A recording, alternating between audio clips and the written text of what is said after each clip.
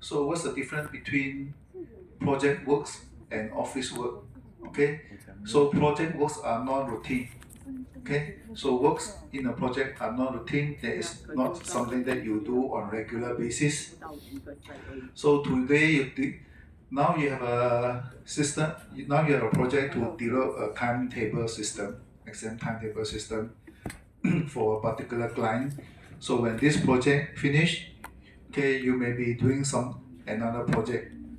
Okay, another project which is not the same project like developing a exam timetable system. The project will be different and you will be doing different kind of work for different client.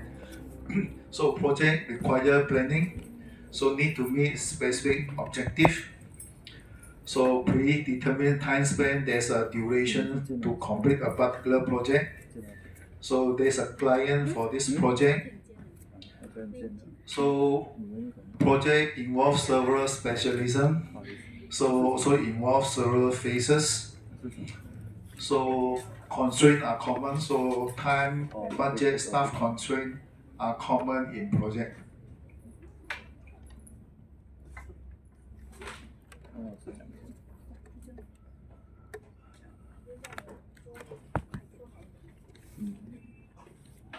I see.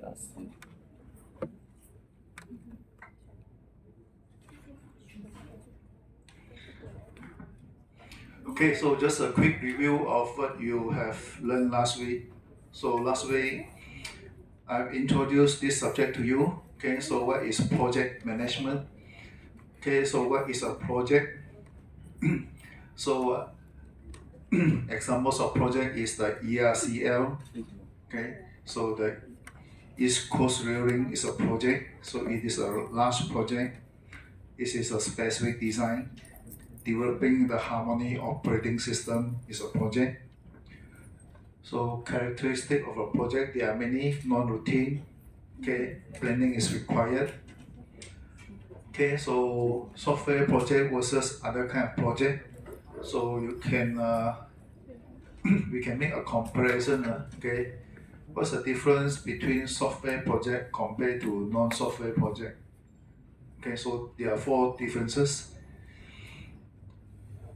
Challenges in software project. So what are the challenges faced by project manager? Challenges faced by developers and challenges faced by customers.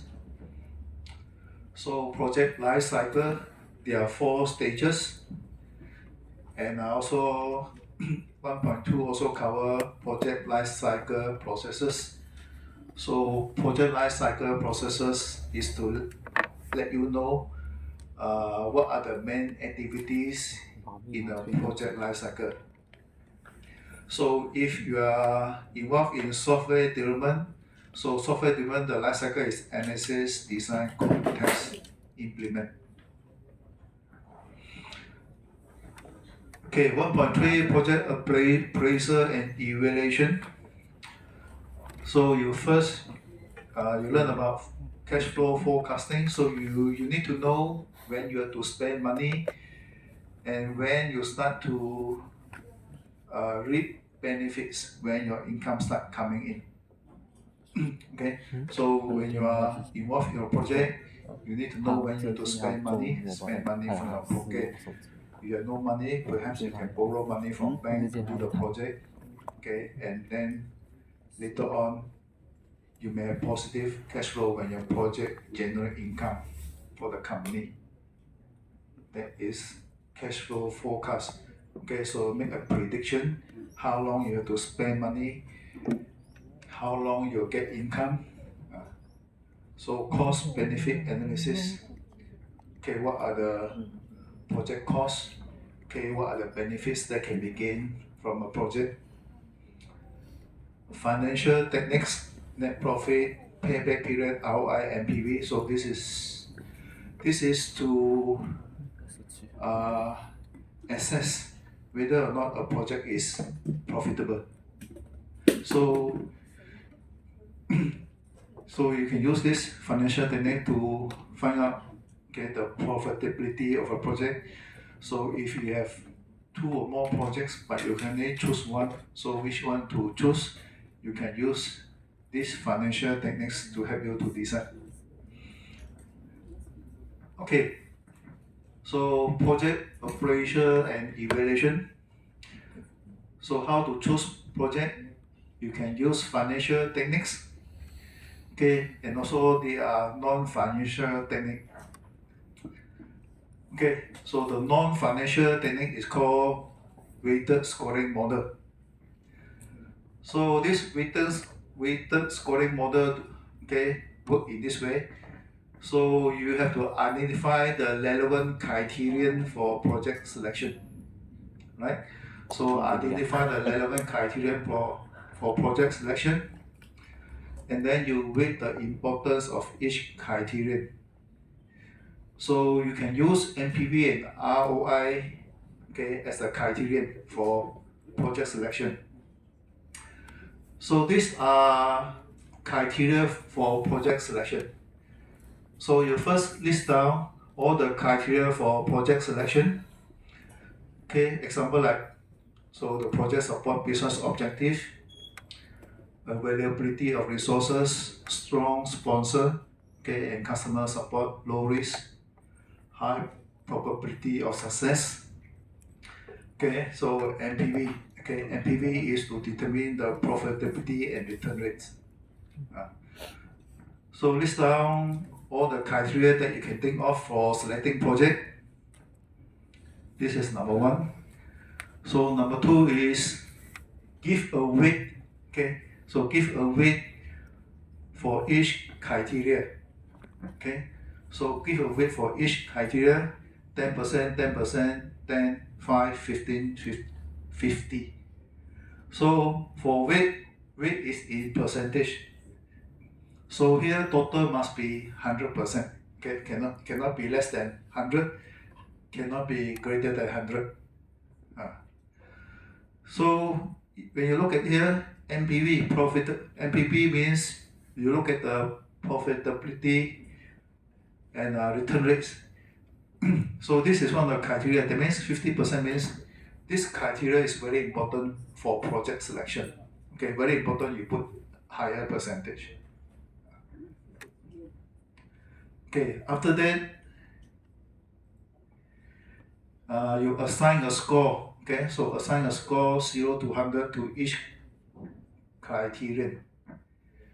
So this one, okay, all the boxes here, you put a value between 0 and 100.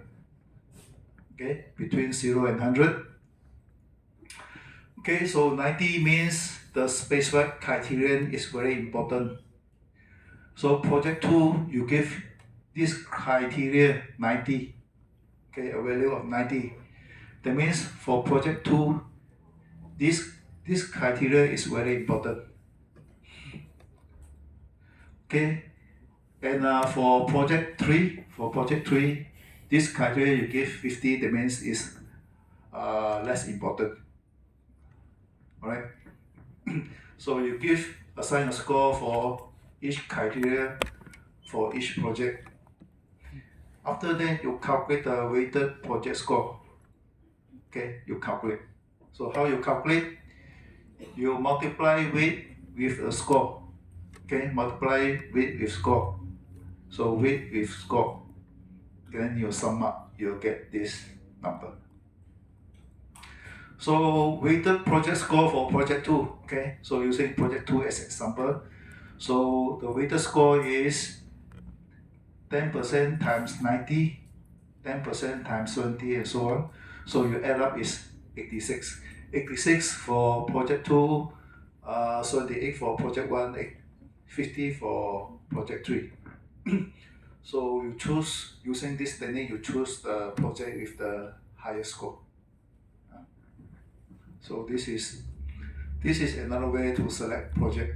Okay, but this is not a financial technique.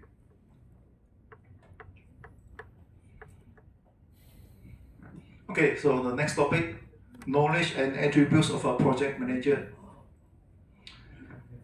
So project manager need to have knowledge in 10 areas: scope management, time management, cost management, quality management, human resource management, and so on. Okay, so a project manager need to have knowledge in these 10 areas in order to do his job or her job effectively. Alright, so these are the knowledge area. These are the 10 knowledge area. So I divided this table into 3 parts, 1, 2, 3. Okay, so this knowledge area, this knowledge area is required in the project life cycle stage 1 and stage 2. And these are the knowledge area, okay, and the main activities for project life cycle stage 3. Okay, and this knowledge area are required, okay, when at the 4th stage of the project life cycle. So different stages of the project life cycle will require the project manager to apply different kind of knowledge.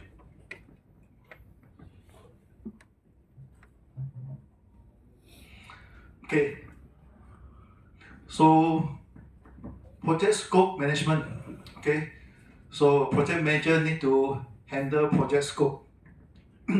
So project scope management. Okay, so project manager need to define and control what is work and what is not included in a project. So a project manager need to define, okay, so in this project what will be covered and what will not be covered. What will not be covered is called exclusion. So you need to tell client what you will not provide or what you will not give to the client. So you don't assume that the client know what you will not deliver to them or what you will not give them. Okay, so what are the common exclusion in software project?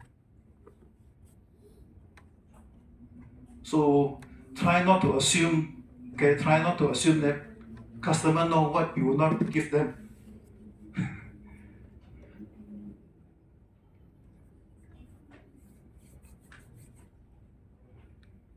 So what you will not give to the customer, tell them that in advance. So you don't end up at the end, 你唔早講meaning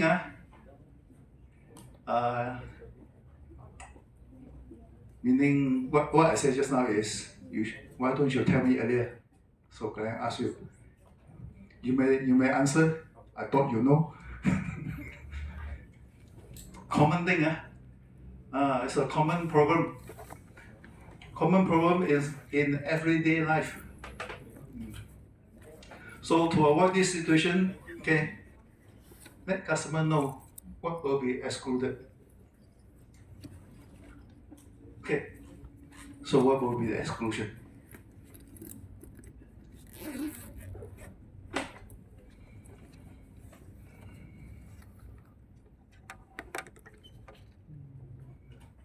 After you finish, what you will not give to the client? Your source code, correct? Your source code. Okay, so you only give client the executable code. Okay, the software, the executable code. The source code, you will keep it, right? Okay, so after implementation, the software, the system is running. Customer asks, hey, where's the source code? Okay, sorry, we don't, it's a standard practice, okay? In the software industry, source code is kept by the developers. Customer is not developers, they don't know what's the standard practice. Okay, so good to let customer know, okay, at the end what you will not provide will be excluded to avoid argument.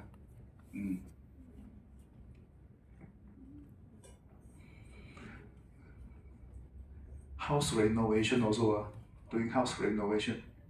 Okay. Contractor may thought customer know this will not be provided. Okay. And end up end up there will be arguments.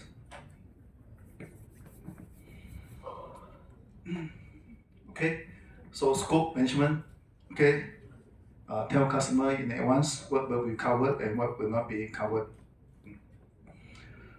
So source code, you can write down source code will not be provided unless you pay a certain amount to buy the source code. Okay, you can have all this clause, okay, specify additional requirement, yes. Okay, so you say source code will not be provided unless you pay additional amount of money. You buy Microsoft Word, you get the source code. Okay, no, we don't get the source code. Okay, so scope management. So 6 main processes. So 6 main processes means there are 6 main activities. There are 6 major activities in project scope management. Okay, so the first is plan scope management. So you need to plan scope management. So define project scope. Okay, so validate the scope and control project scope. So you have to do planning. Okay, so you have to do planning to manage the project scope. Okay, then collect requirements. Okay, so collect requirements. So define and document the features and functions of the products to be produced. Here, the products refer to software. Software is a product. Okay, so collect requirements. Okay, collect requirement from customer. Okay, and document. Okay, what the customer wants, the features and functions. Okay, so when you collect requirements, okay, whatever information you collected, okay, need to be documented. Okay, so define scope. Okay, so here you define the scope. Okay, so once you know the scope, you create a work breakdown structure. Okay, so create a work breakdown structure. Okay, so work breakdown structure is a hierarchy of activities. So this is an example of a work breakdown structure. So guideline here says break down the work until each task can be performed by one person within 8 to 10 hours. 8 to 10 hours is equivalent to 1 to 10 days. Alright. So these are the work. Okay. So each row is a work. So each row is a piece of work. So when you create a work breakdown structure, you make sure that each piece of work is handled by one person. Okay, not 2 person. Don't make it in such a way that one piece of work is handled by 2 person. That's not a good idea. Okay. It is handled by one person. Each piece of work is handled by one person. Okay, so that particular person is responsible for the task. Okay, and the work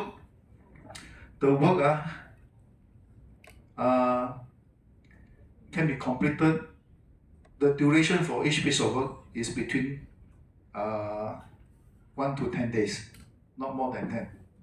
Okay, a guideline.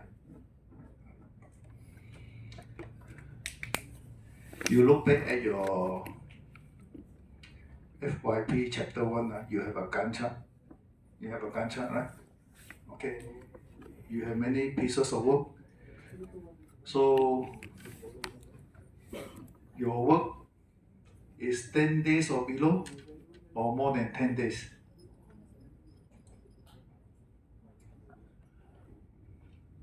So likely you may have a piece of work, you may have many pieces of work that is more than 10 days.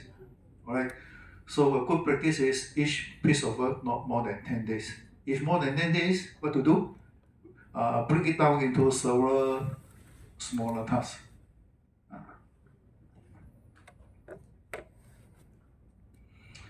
Okay, so let's say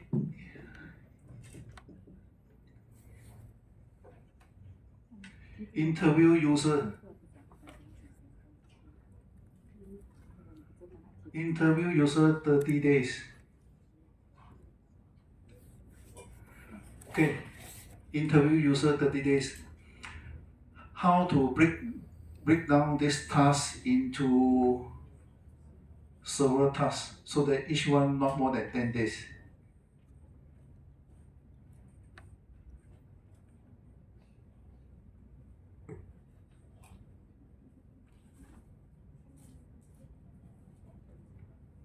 Anyone?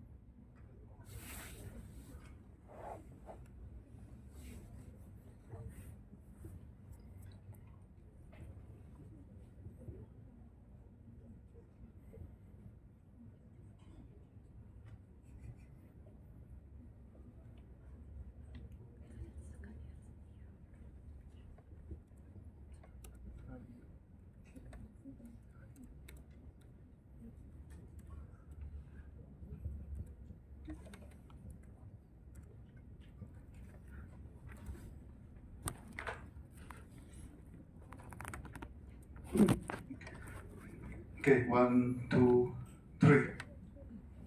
Okay, so you can do something like this. Okay, interview user 30 days. So you can break it down into three smaller tasks.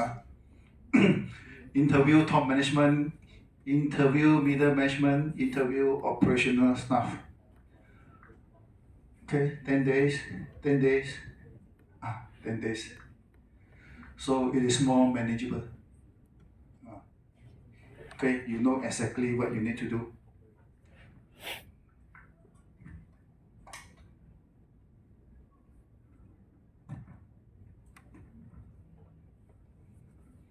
If you don't do this, okay, if you don't do this, let's say you are doing this. Okay, so you are here now. Okay, you are here now. Okay.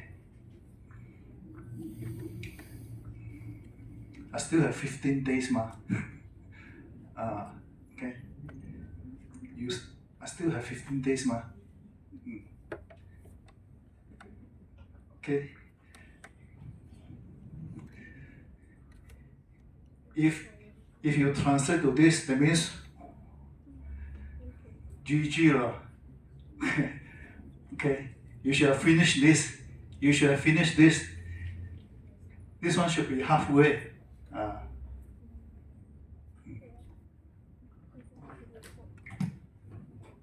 Okay, so it will be easier to do monitoring. That's the reason why here the guideline is each task, okay, between 1 to 10 days.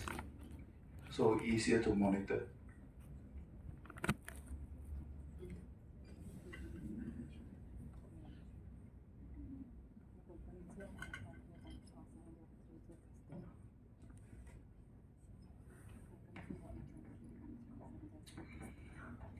Okay. So scope management, okay, number 4. Scope management number 4 is create work breakdown structure. So this is an example of work breakdown structure. So sample work breakdown structure organized by phases or stages in outline numbering format. So it's good when you create a work breakdown structure, it's good to number them. Okay, so give a number to each phase. Okay, and sub-numbering for the intended task. Alright, so there are how many phases or stages in this work breakdown structure? Okay, 5. You can see 5. Okay.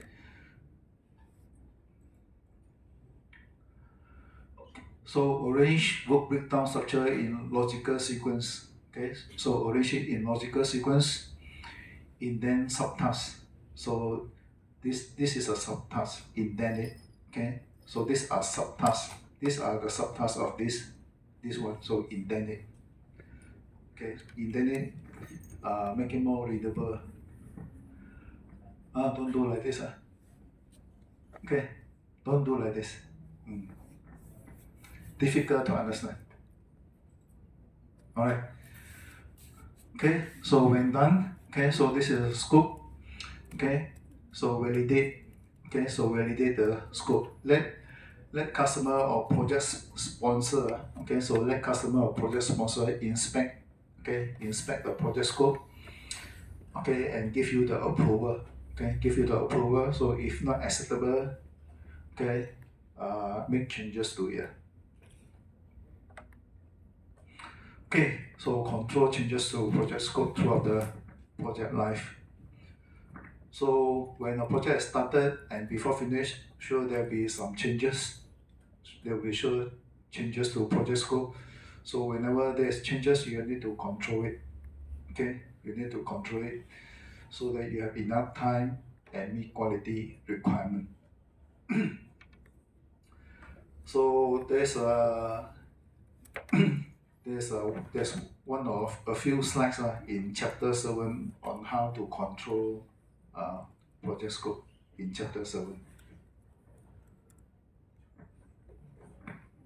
Okay, so that's about project scope management.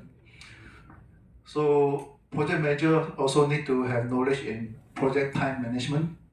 So in project time management, there are 7 processes or 7 major activities. Okay, so plan schedule management. Okay, so plan schedule management means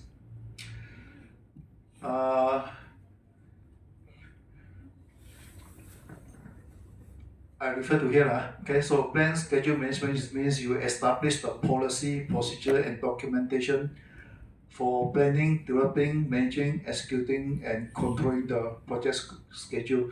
When you have the project schedule, you also need to control it. Okay, so when changes happen, you refer to your plan. Okay, you refer to your schedule management plan on how you can control the project schedule. So this is work breakdown structure. So work breakdown structure tell you what are the work that you need to perform, and then you space. So the project schedule will have additional information like the activity start date, the activity end date. So start date, end date, what's the duration, and the dependency. Dependency is you specify which one you should do first and what to do next. Alright, so for plan schedule management, you need to establish the policy, procedure, and documentation for planning, developing, managing, executing, and controlling the project schedule. So you need to have a policy to when developing a project schedule, you need to have a policy and procedure so that people will follow it when creating this project schedule. Example is like duration. So project duration can be in hours, days, or weeks, right? So you need to specify your organization policy, whether you want to use hours or days or weeks. Okay, so specify the duration and use the duration that you have chosen consistently for all projects. This is an example of policy you need to establish. Okay, and another policy is duration of each task should not be more than 10 days. So in your project schedule, so no one task should be more than 10 days. It's a policy, right? So date, so you have here start date, end date. So start date, end date, so use DT, YYY format. Okay, so use this format. Don't use DT, YY.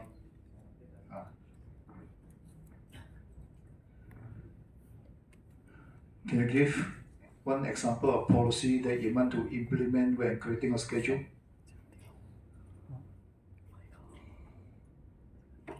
What other policy that you can implement when creating a schedule?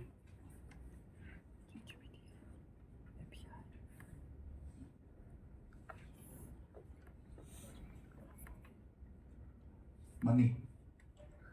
How?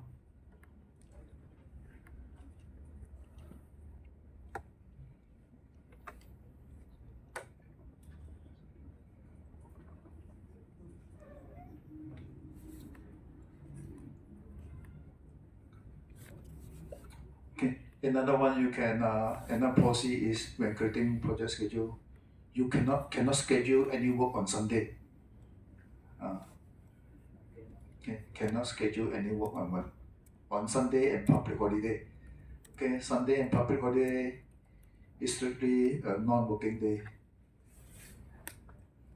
Okay, maybe Saturday is allowed. For companies that work 5 days in a week, okay, maybe Saturday is allowed, but Sunday and public holiday strictly no.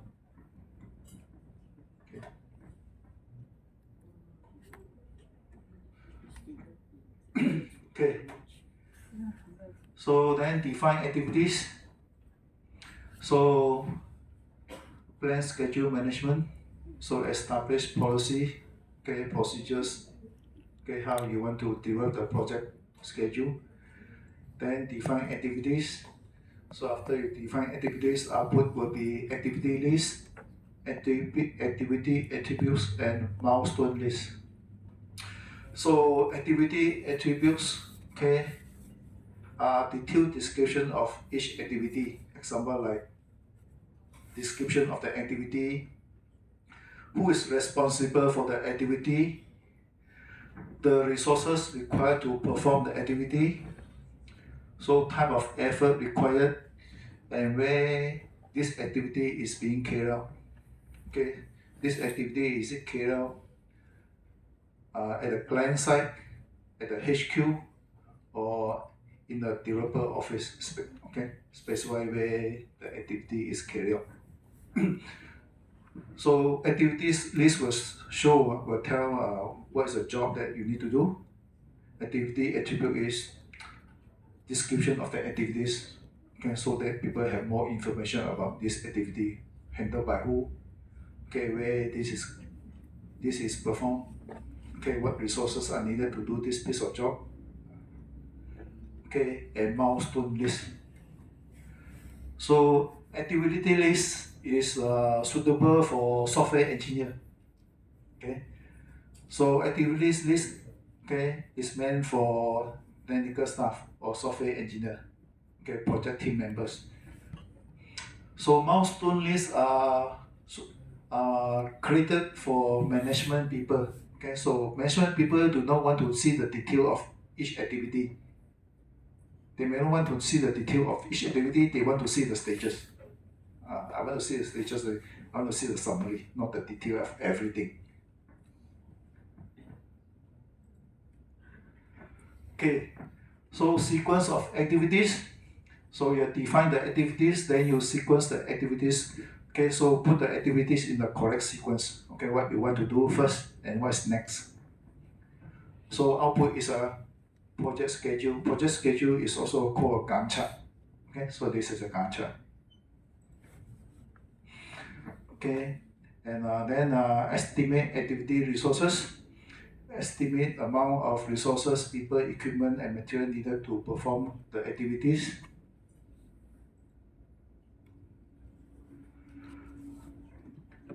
So number 5 is estimate duration needed to complete individual activities. So output is a project schedule. So project schedule. So the bar represents duration. So the longer the bar, the more time is needed to complete the activity. Okay. So lastly is control and manage changes to the project schedule.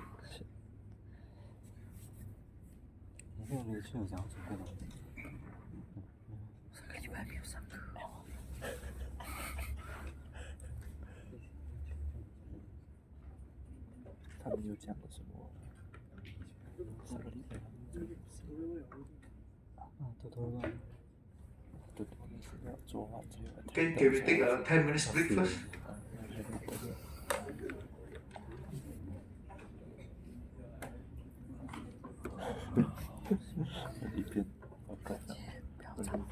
6